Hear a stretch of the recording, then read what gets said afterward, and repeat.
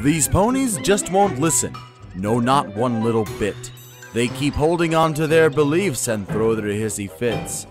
It's up to me to teach them, cause plainly you can see, it's got to be my destiny. Another episode of Friendship Theory.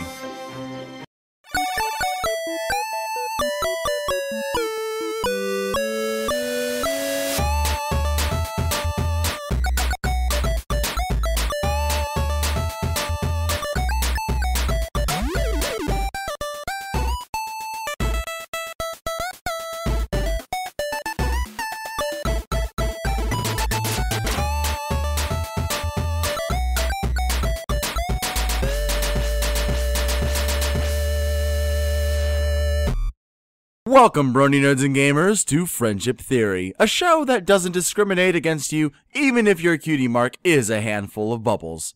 Hey, have you ever wondered what a cutie mark is? Or what it means? How do ponies get them? And most importantly, why do some ponies not have them?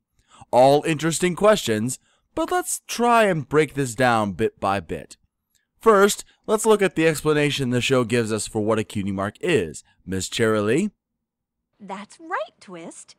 A cutie mark appears on a pony's flank when he or she finds that certain something that makes them different from every other pony. A good explanation, but there's a catch. Look at the audience she's speaking to. These are children, there's no doubt about that, and just as people do with their own children, we often don't teach them advanced levels of science at a young age. Take this for example.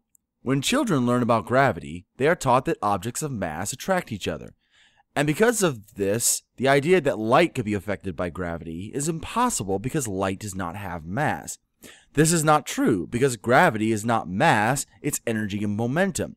But when we teach about gravity to children, we often leave that out because first grade teachers are not trying to teach kids about the universe. More often than not, they're just trying to get through the day without strangling their hyperactive children. However, that's not to say that Cherylee's explanation doesn't reflect at least some of the truth, since A, we see the occurrence of the cutie mark happen in ponies, and B, the idea about cutie marks arriving as a revelation about a self-identity is factually true. But how exactly does that work biologically? I had no idea. Well, Pinky, that's where science comes in.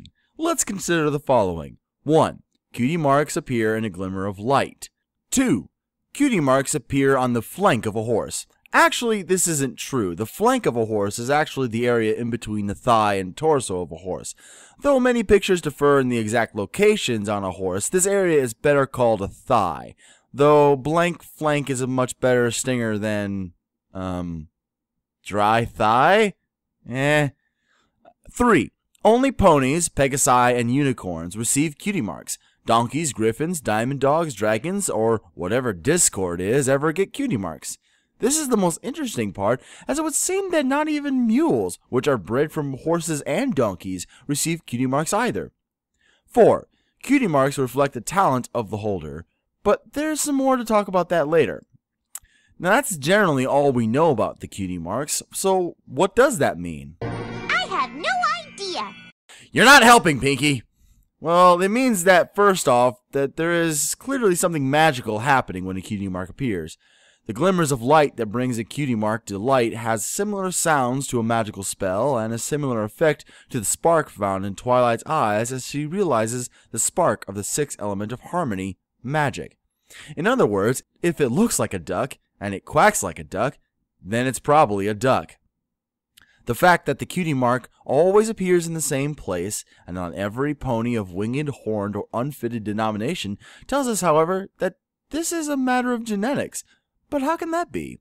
The only reason such markings happen in the animal kingdom would come from years of evolution that would strengthen the traits of animals who could better survive in an area versus those who don't.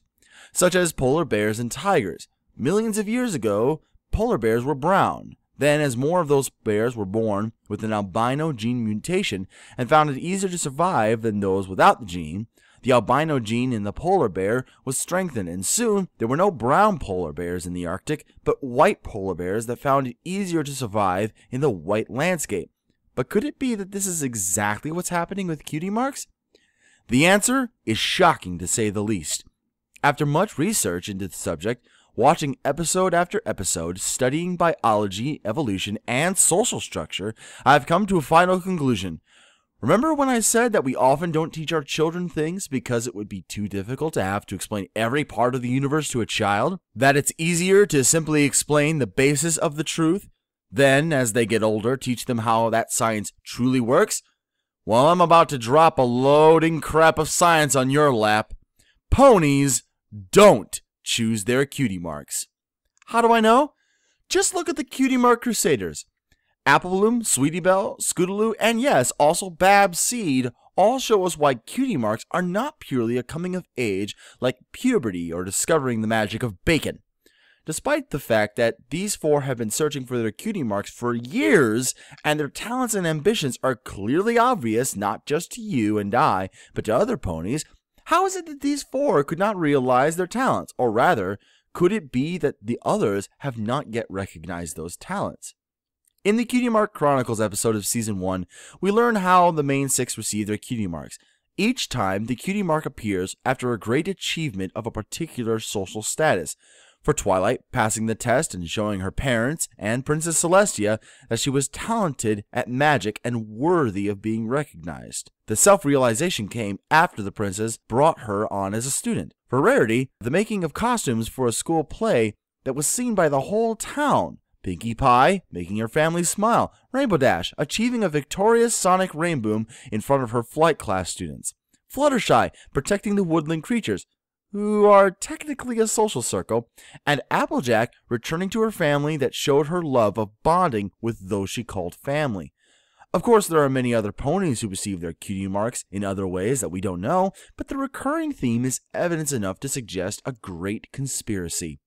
In each situation, it's the success of a particular feat that triggers the cutie mark to appear, but also, and probably more important, it's also triggered by the recognition of others in the social circle. A biological reaction coming from self-realization with an inclination of magic tied to the acceptance of others. Ladies and gentlemen, boys and girls, cutie marks are a means of social control. But how? And to what end? Look at the episode Hearthwarming Eve, where we learn about pony history. We learn that when there is no harmony amongst pony kind, the winds blow hard and the snow falls greatly. Again, our pageants, our human pageants, are often played up to encourage children to learn a greater lesson about being good to one another. Even if the story is true, which I have some doubts over, it is still reaffirming the fact ponies work better when each other works together by fulfilling a role in society. Just as with the evolution of polar bears, ponies evolved to favor traits of ponies that develop self-identities that favor survival. In animals, this is usually simple and straightforward. White bear survives better in white environment. Striped tiger survives better in striped environment. But for ponies, this is clearly more complex. So what exactly is happening when a cutie mark appears?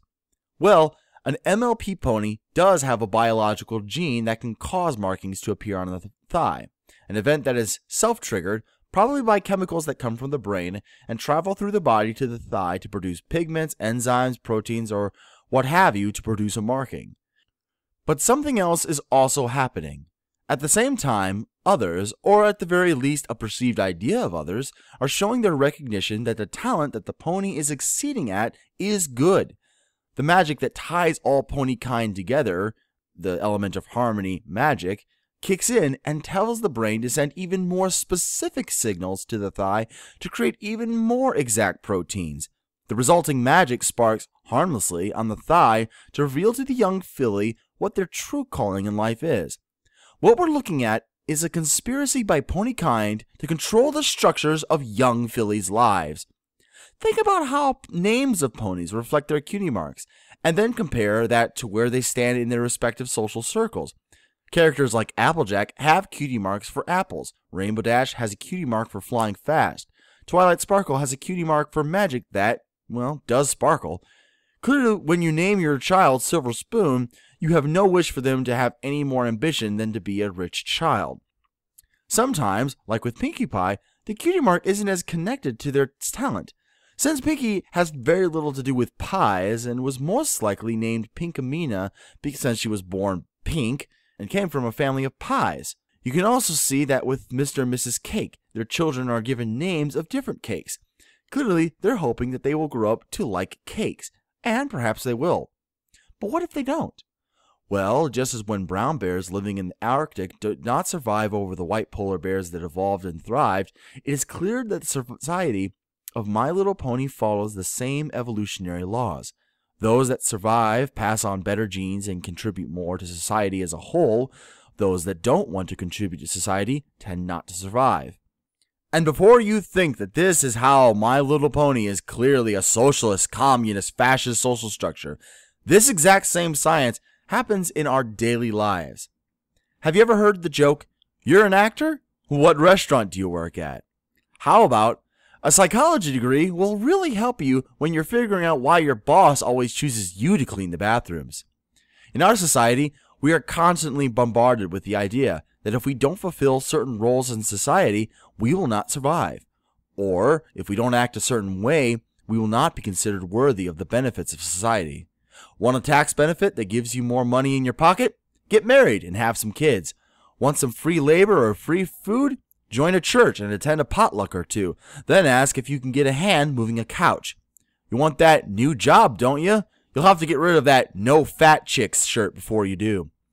Of course, there are those who go against the system and can survive. And as our society changes and be more accepting, we will also be able to conceive people of different walks of life contributing to society in their own way. In the past, a person who was homosexual would not only be unable to serve a public office, but would be downright arrested for it.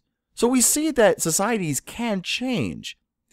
Now, My Little Pony isn't really a backwards thinking society that forces ponies to take on certain roles. In actuality, it might be more of a rather forward-thinking world where ponies can fulfill roles in society without being forced to take up work as an engineer just to feed their families. In the same way, ponies are not forced to take on certain personality roles in society in order for the structure to be maintained. They merely have to do something with their lives that contributes to society in a positive way. This is something that you wouldn't see in American or even human society that dictates how people should live, talk, breathe, or act, or even how they should love each other. If anything, the My Little Pony universe is more accepting of people who are much more different and is only not accepting of those who are harmful to society, like the Flim Flam brothers or Trixie. Given what we know about the My Little Pony universe, it's unlikely that these characters would be able to appeal to a suitable mate and therefore would not pass their genes on to a further generation. So what about the Cutie Mark Crusaders? Will they ever receive their cutie marks? Maybe, but maybe not. The important thing to remember is that as long as they can contribute to society, they will always be accepted. Well, except by the fans. I mean, I really don't fancy CMC episodes that much. The episodes where they're by themselves are cool, but like Twilight Time, no, I really didn't dig it. I mean, I don't think I'm alone on this, am I? Well, anyway, it's just a theory, a friendship theory. Thanks for watching.